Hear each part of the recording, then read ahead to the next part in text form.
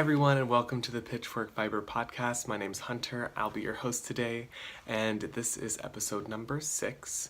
And welcome to where I am in my home in Tempe, Arizona, where I live currently.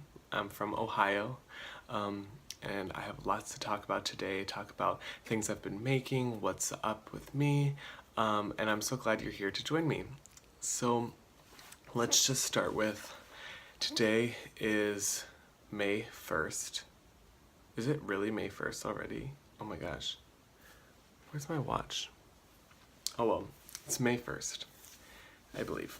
And it's already so hot outside here in Arizona in the desert. If you don't know, Arizona doesn't really have a whole lot of season change. It goes from winter to spring for about 5 days and then straight into the summer. So it's definitely summer now. It's quite hot. It's been a few days where it's almost hit 100. Today it's supposed to be like in the 90s, and it's quite warm. I'm podcasting earlier in the morning, so it's quite nice out. I have the window open. I'm looking at it right now, and I'm in my room, so it's nice right now. However, it will get a lot warmer. So start now. Before then, I'm going to have to turn on the fan because I don't have the fan on because it makes so much noise. But yeah, it's hot. So let's get started. Today it's going to be a mix match of lots of things I've been working on. I haven't been able to podcast in a really long time, and I'll explain that in a little bit, just because there's been a lot that's happened in my life. And I really would like to talk about that today. I already had my cup of coffee this morning, so I am, let me grab it. I'm drinking some water out of this beautiful handmade ceramic mug. It's actually beer stein. I use it for, I drink water. I just have, you can't see, but there's ice water. It's beautiful. It's this dark, beautiful black, and then on the inside has a little bit of color. And what's funny is I bought this at a art fair, and if you look really closely, there's an H printed in there. And I thought that was really funny because I bought it and I didn't even know there was an H, and it was meant for me, H for Hunter. But that's what I'm drinking. There's been a lot that's just kind of come to a close and is changing. I'm really in a point of my life and of this year where everything is going on, and nothing is really stable at the moment. And so it's kind of exciting, but it's also a little nerve-wracking. So I have a lot of random things today, but let's just get started with what I am working on with knitting wise. So it's been about 2 months, a month and a half since I finished this. I finished one of these socks. This is out of Long Dog yarn, and it's this beautiful colorway. And it reminded me of kind of like sweethearts or things like that when you are eating Valentine's candy. So I made a Valentine's Day sock, and it's May. It's May. Oh well, this is what I made. So it's just a normal 60 stitch with 1x1 rib at the top. I don't know how, I just go until it fits, and it looks awesome. I haven't done, this is a Fish Lips Kiss Heel on US 1 needles. Fits really great. I like my socks to be a little bit tighter. It's May and I have only one, but I'll finish it. I just am not like in the mood really to work on that. I don't know. I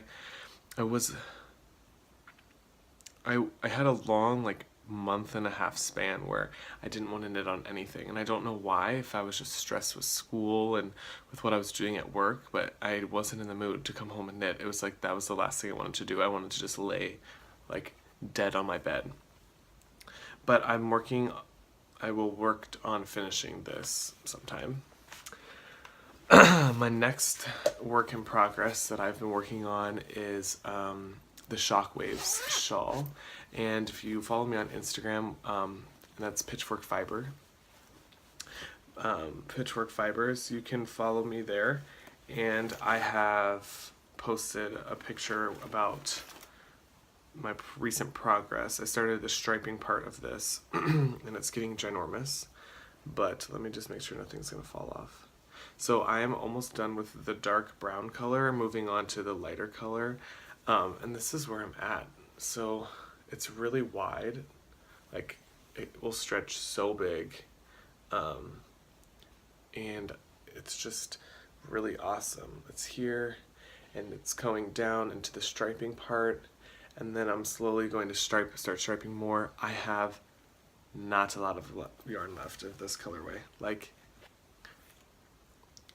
this is all I have left. So I think I'm gonna skip a few rows of the stripe and just go to this, like, the last striping sequence, so I can at least get a better gradient. It's supposed to be kind of like gradiate towards the next color change, but I think I'm just gonna take out a couple of these repeats like right around here, and then just move into like closer, striping of each color so that I can finish it quicker, and then I'll start knitting this part, but all with this beautiful Madeline Tosh in the Yoko colorway. It's beautiful, like so pretty. It's just a nice, like, look at all those speckles. Wait, can you see it? Look at all those speckles. Look at all those speckles. It's beautiful. So yeah, I'm working on that. So the reason I think I got my knitting mojo back was because, and I'll talk about this in a little bit more in depth, but I'm actually, drum roll please, I'm going to be moving to Chicago in like 3 months, and I'm so excited to be moving there. And I think knowing that I'm going to be able to wear all these beautiful things, it's not going to be 110 degrees outside, brought it back. Like, this is going to be like, it's going to be like 5 or 6 times this length, and it's just going to be like huge, and I want to just be like a blanket. It's going to be all around me, and I'm not going to be cold. It's going to be perfect. But I think that's why I really started to knit on this more, and I've done like basically all the striping just in a few days. So it's like literally brainless.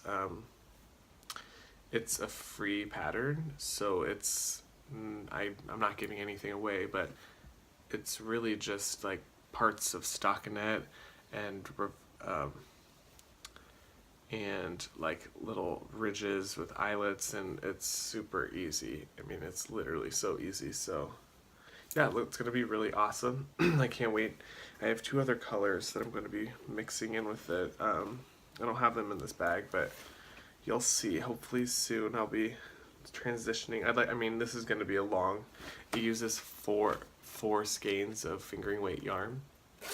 So it's going to be like 1,600 yards. It's going to be ginormous, but I might just only use 3 because it's so big. I might only use 3 colorways and just make it a little bit shorter because I don't need it to like touch the ground or anything. Yeah, we'll see. So that's all I've been knitting on recently. I have been thinking about projects I want to cast on, because now that I can like make all the sweaters in the world. It's funny, I was listening to Kristen in the Woolen Buttons podcast, and she was like talking about how she, on her recent podcast, was like, I am a self-proclaimed shawl knitter, because she just wants to knit all the shawls in the world. It's funny because like I feel like I want to knit all the sweaters in the world, but it just takes so long, and you need a lot of yarn, and being a male and like not being super tiny, like I'm not super, I don't wear size small.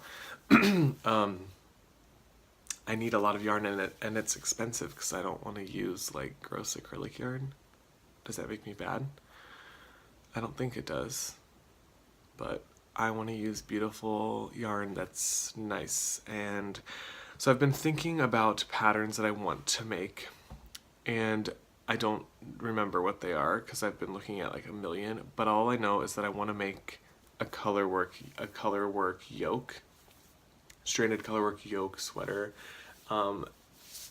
with Brooklyn tweed. I just want to use Brooklyn tweed. I want that beautiful, and I want it to be in the shelter base, so the worsted weight yarn. I want it to be really comfy. I want to be able to just wear it and not have to worry about it, like, you know, I want it to be heavy and thick. And so I've decided I want to do that. I have no idea what colors. I'm thinking I've already made a green, like a dark green cardigan, and I've made a bright, like chartreuse color, almost like lime green sweater, and I've made one for my mom out of a tan, and I made my nephew one that was like brown and kind of burnt orange, like these kind of colors of this tapestry. I'm thinking I want to go like blue, like navy, but like not dark navy, maybe like royal blue, but because it's tweed, it will have speckles. I'm thinking blue, just because that, or I was thinking the Hayloft colorway, which is like something I've already basically made. It's like that yellow, green, brown, beautiful goodness. I don't know. It's so hard. There's so many good colors, but I'm gonna just, you know, go on the Ravelry and do all that stuff. But yeah, I'm gonna look that up and decide, because I'm going to be driving in a car for 28 hours to get to Chicago, and I will not be driving the entire way. My dad or my mom will be with me. So I want to start knitting a sweater. Why not? Like, why not knit a sweater in a car? I want to. Hit me up. So yeah, so those are my knitting. I have some projects that I want to work on. I want to make another shawl. I want to make probably the dotted race shawl, just because I have that in my queue and I've never used it, and I want to because I like it. And I want to make hats, and I want to just wear everything knitted now, because it's no longer I'm no longer going to be living in the desert.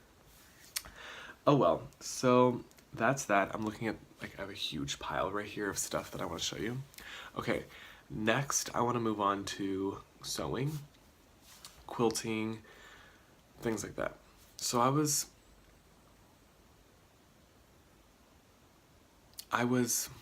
like, maybe in December, I was in a class, fibers classes, and I had to sew a lot. Like, when I mean a lot, I sewed like 30 hours a week. I mean, it was like not even exaggerating. I sewed nonstop for weeks to try to finish these projects. And I got a little sewed out, excuse me. I got a little sewed out. So my sewing machine also got a little bit sick, meaning it just worked so hard it like stopped working, kind of, and so I just didn't want to touch it. I didn't want to break it. I tried to fix it, it didn't work, so I just was gonna let it sit, and I was gonna come back to it. Well, when I came back to it, it was months later, meaning like last week, and it worked. Like, I don't know, maybe I just was being stupid, but I rethreaded it and I checked the bobbin and everything, and it works fine. So that made me really happy, because this past Saturday, I worked I did a workshop at the Scottsdale Museum of Contemporary Art, and I did a bow tie making event there for guests, and it was a really fun afternoon class workshop where people could join, come in and for the workshop, and we taught them how to make a bow tie, taught them about sewing, just simple sewing skills, you know, making a template, measuring their circumference of their neck, and then making the little butterflies of the bow tie, sewing it together, flipping it inside out, you know, things like that. And that was really fun to work with people in sewing. So I was really happy that the Smoka Museum asked me to do that, because anything in a museum is really, like, that's what I will be doing in the future, and that's what I want to do in my career, so working in the museum is always a plus. So I was sewing, and then that reminded me, I have so many sewing projects that I've not finished that are just languishing, that are just laying around needing to be, like one of them I don't even know where it is. I tried to find it and it's hidden somewhere, and I'll find it soon, but don't know where it is. So I'm gonna go through some of my sewing projects that I want to show you, just because they're works in progress and they're not finished. But I'll start out with this one. This is one that I started like basically a year ago, like maybe 10 months ago. And this was when I was living in Chicago for the summer, and I wanted to make myself, I was kind of bored because I didn't have any friends there. Like no one, I knew no one, and I lived in a 1-bedroom apartment studio, and I just would go home from work and make things and watch TV and then go to bed and wake up and do it again. So I decided I was going to make a quilt because I wanted to, well, the idea was I was going to make a quilt all on my machine, super easy and simple, just to have as like a blanket at night, because it would get really cold at night because the heat, I like couldn't control the heat in my studio and it would get so cold. So I wanted to make a quilt. Well, I decided I wanted to make this a flying goose pattern quilt with, you know, like where they're stacked on top of each other like this, and they, you know, boom, boom, boom, boom, they keep going like that. Well, I wanted to do something really fun and funky. I love orange, I love blue, I love teal, those colors together. So I decided to take these and make a flying goose pattern, you know, and I have blocks like this. And I have blocks like this, and I'm not going to have flying these everywhere. It's just going to be kind of patchy and random. And so I have those, and then I have this color fabric, which is really fun. It's like stamped indigo kind of blue. That's fun. I have teal green just for a little pop. This is not this color. It looks so light here, and it's so wrinkly. But this color teal, this bright blue, which is really pretty. And then I have the whole background, like everything else is going to be out of this beautiful red-orange with this little stripe. You can see that it has like just a little stripe.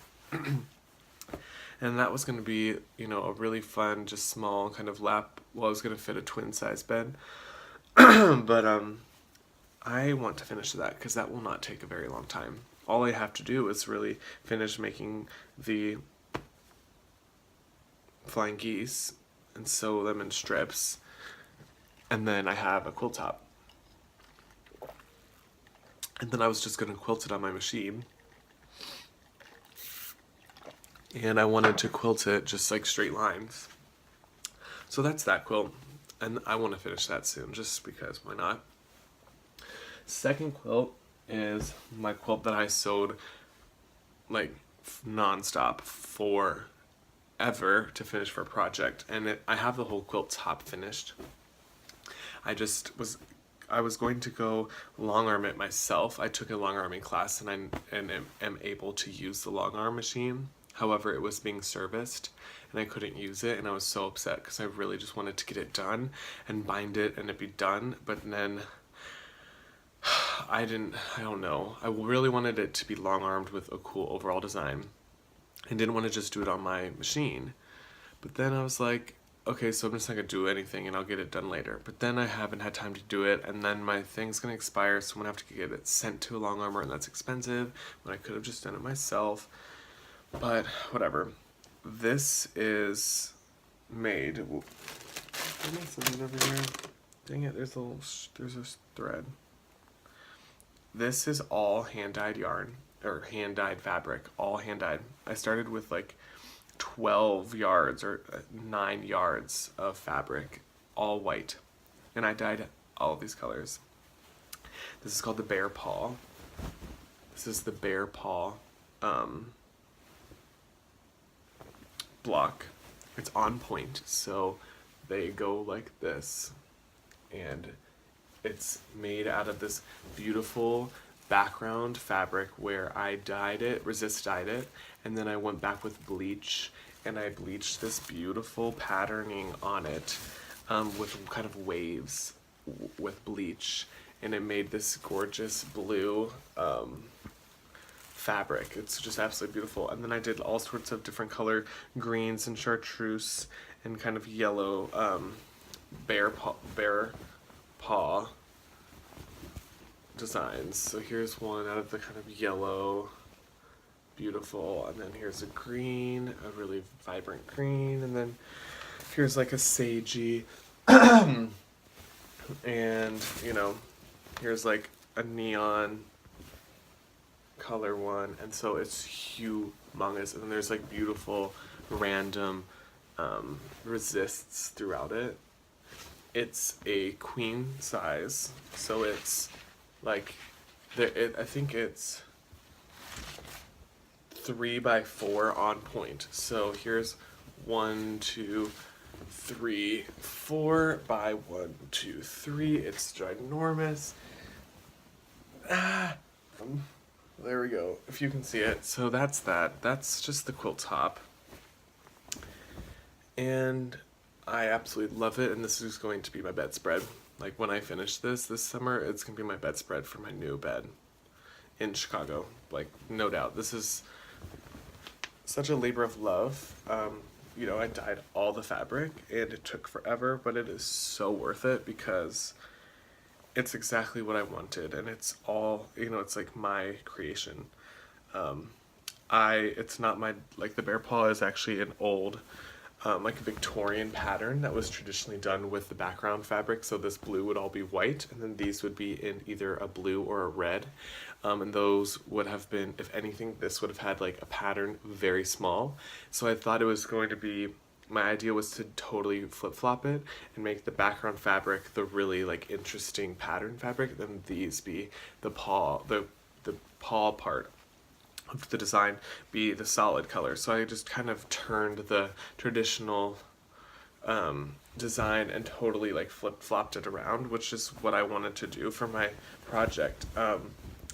And so I've really, really enjoyed working on it. It just took forever because it was a project for class. I had to finish it, and because I didn't quilt it, it's okay because that wasn't part of, we just had to piece as our project. We didn't have to finish it as a quilt, but I wanted to because I wanted to sleep with it.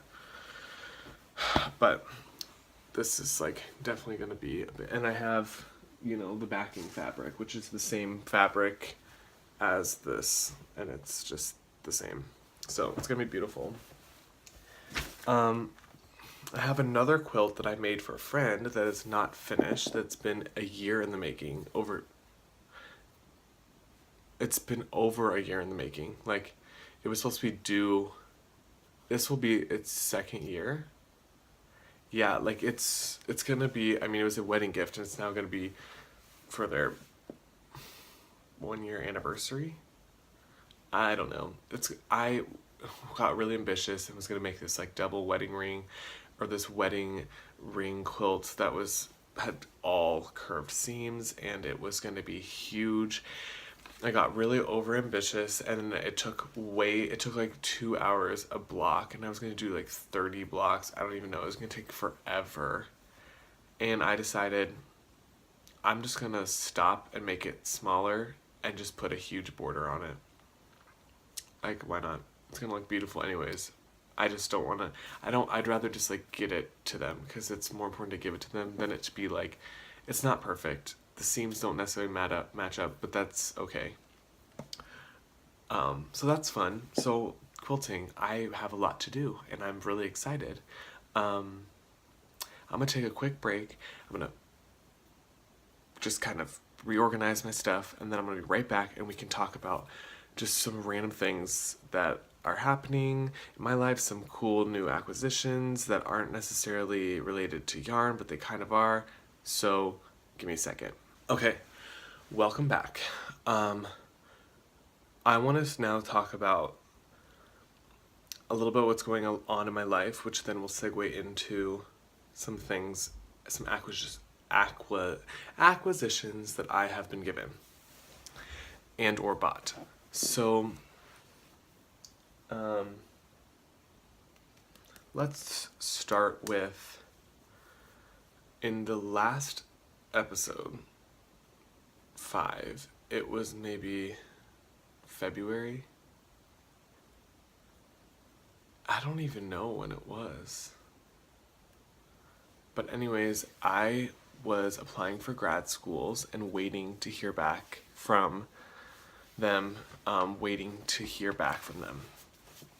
So I applied to the University of Illinois at Chicago. And I also applied to Arizona State University, which is where I currently go now and am graduating in like 9 days. So, I'm graduating my undergrad from ASU.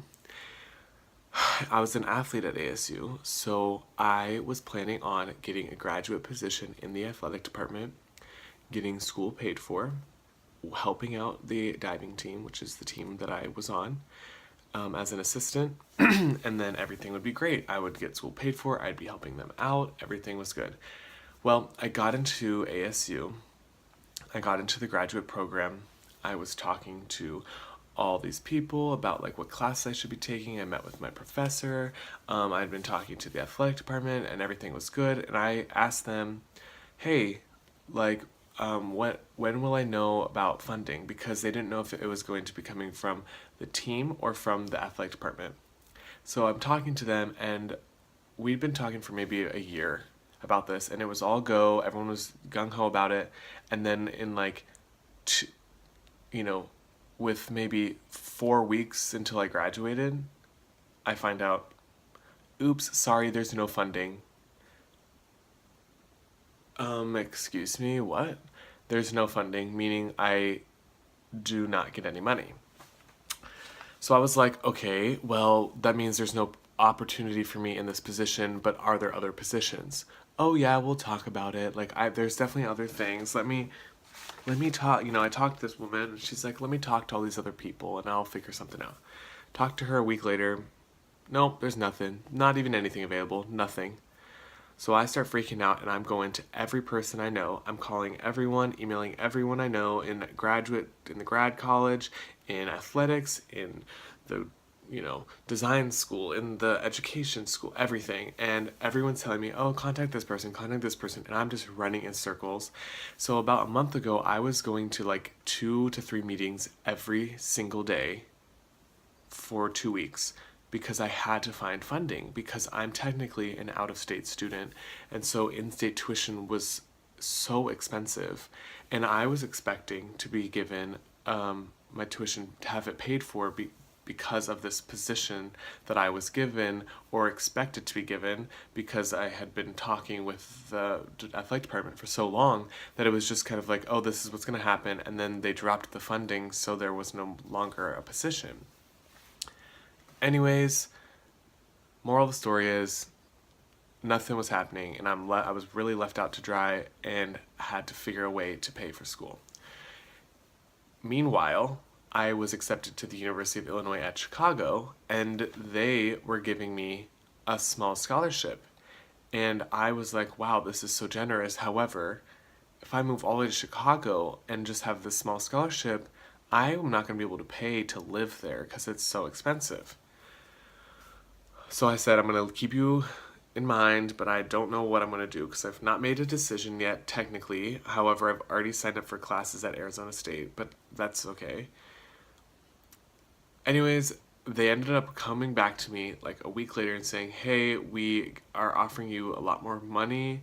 We think we want you to come to our school. And after I got that offer, I was like, oh my gosh, UIC was like my backup, just whatever, if I don't get into ASU. And it ended up that they offered me a lot of money. I talked to the program director on the phone, and it was like exactly what I wanted. And I feel like Chicago is the place that I need to be for my future, to do what I want to do, to be in a creative city, to be in a place that has vibrant culture and the arts are embraced with open arms. And so I decided to accept the offer, and I'm moving to Chicago, and I'm going to the University of Illinois at Chicago to get my master's in museum and exhibition studies. It's a 2-year program, and I am just absolutely so excited. And so and that all happened in like 3 days. I went from I'm going to Arizona State, I'm talking to anyone I can figure out to apply. I applied to jobs, I applied everything, all this stuff happened, and I was just like, I had to make it work at ASU. And then 2 days later, within 3 days, I was accepted and going to Chicago. Like, it was just crazy how fast it was, but it was meant to be. So all this while, I'm student teaching. So I just finished this is Monday.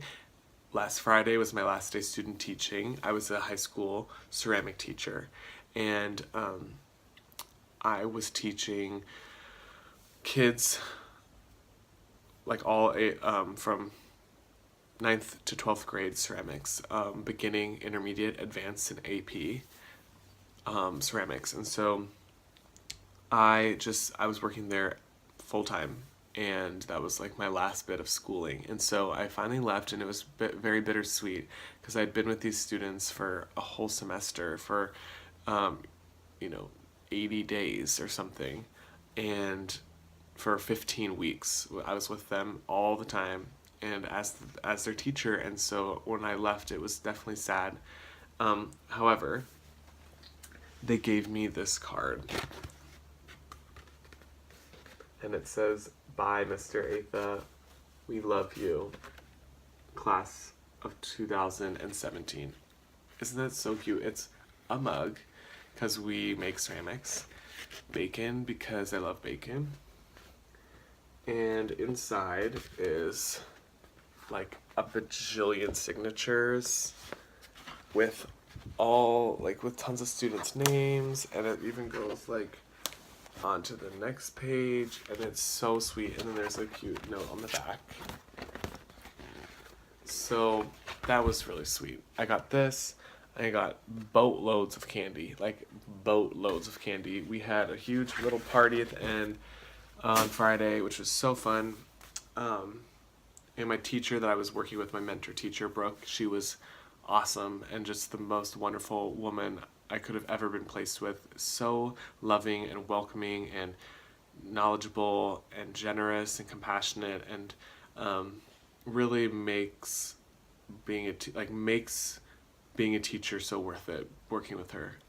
Teaching is a very hard profession, and especially in the area I was teaching in, it's hard. And she makes coming to school every day so much fun and worth it. So she actually gave me a really amazing gift. She gave me a little book and a card, and along with it, I'm a big coffee drinker, and she's like, she likes her coffee a certain way. She won't drink. I mean, I'm not going to say it, but I am. She's a coffee snob. In a very good way, not in a bad way. Likes her coffee a certain way, likes it high quality, and she's like, if you want the best coffee ever, you need to get this thing. And I'm like, what is it? This is what she gives me. She gave me this thing, and it is called the AeroPress. Okay, if you've never heard of this, you need to look it up on YouTube right now. It's basically like, I don't even know how to describe it. It's like faster than a Keurig. How can you make coffee faster than a Keurig? Well, this is faster. Like, I have a Keurig, and you open it up, put the little container in, put it down, click it, and coffee comes out. This is faster. So what you do, let me demo. So what you do is you take your cup. On the bottom of this little thing, the AeroPress, is this thing that comes off, and inside are little filters, and you can use the filters up to a week if you just rinse it off, and you hook it back on.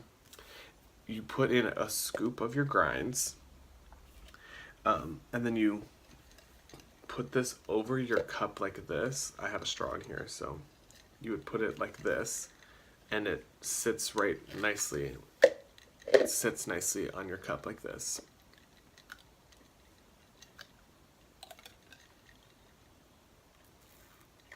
Sits like this. I have an electric kettle, turn the kettle on in a minute. You pour it in over your grinds. Literally, you like stir it for 2 seconds, and then you get this thing, and it's like a plunger, and you put it in here. You put it in here, and then you just plunge down, and like the coffee goes out instantly. You don't have to like. It's like a French press, and a. I don't even know. It's instant, and because of the intense pressure that is putting in, you're not actually plunging it down and like touching the grinds. It's air. There's like an air pocket, and it makes a perfect cup of coffee in like maybe 2 minutes, and it's so great. I've used it every day for the past couple days, and it's awesome. And it's like not that fancy. It's just this, and you literally just take this out. You rinse off the little filter. You rinse this off. You take this and just go, and it pops the grinds out. There's no mess. Like when I have a French press, you get all that stuff in the little mesh screen, and you have to like scrub it to get it. This literally is plastic, and you just rinse it off, or you could throw it in the dishwasher. Like, it's so simple. You have to check this out. It's so good. Like you have to check it out. So that's awesome. I am really happy she introduced me to that, because it's really so easy. So that's really fun. What else? This is going to be a medium, like this isn't too long. What else that I want to talk to you about? Well, I went to the store yesterday. So this is not really like crafting related, but it's related to my life, I guess. I am training for an Ironman, a half Ironman in July, end of July, Ironman, Ohio, 70.3 miles, 1.2 miles of swimming, 56 miles of biking, and 13.1 miles of running consecutively in that order. I've been training. I did a triathlon like a month ago, and I won my age group. So that was really cool. I got a pint glass for my trophy for winning, which was really cool. But then I like kind of I just like didn't work out for a few weeks because I was so busy with this whole school thing and like figuring out where I'm going to grad school and moving and all blah, blah, blah. So I've just got back into the exercising mode, like serious training. I'd been exercising, but I was kind of like, I need to seriously train. So I went to the store and we have a Lululemon outlet about 30 minutes from where I live. And so I drove there yesterday. And I'm not the kind of person where I go to a mall and I have to buy everything. Like, I could seriously walk around for 3 hours and be like, oh, I want this. I don't have money, I'm not going to buy it. And I won't buy it because I don't need it, or I don't have the money, whatever. Well, I'm in Lulu and they have all this stuff super discounted. And there was a pair of bike shorts that were regularly like $158, and they were on sale for $39. And I was like bike shorts. And normally if you find a pair of bike shorts that are like less than, $80 or $90, they're probably not the best material. Like, if you're riding a lot, you need good bike shorts. Simple. So I was like, I'm gonna buy them. I'm gonna try them on, buy them. One moment. Let me just reach over here. So I bought these. And Lulu is a nice quality material. It's not cheap where it's gonna rub, and wear out or whatever. So I bought these bib shorts for like, I don't even know what percent off, 75% off something. And they're just, your normal bike short, but they're Lulu, and they have this cool design at the bottom on the band. And they're really great material. It has the mesh for the bib part, so it's not super hot, because this part gets really hot. And it's not super long, so the inseam is not that long. So it doesn't go down all the way to your knee. It goes above the knee, which is nice. And then the chamois inside, the insert, which you sit on, is like a really nice material. I do have nicer ones, but this is nice. It works. And I went on a 32-mile bike ride yesterday, and they felt great. They worked out really well. So I'm pumped about this. Like, saving lots of money. Great. Like, that's what I need because I don't have a lot.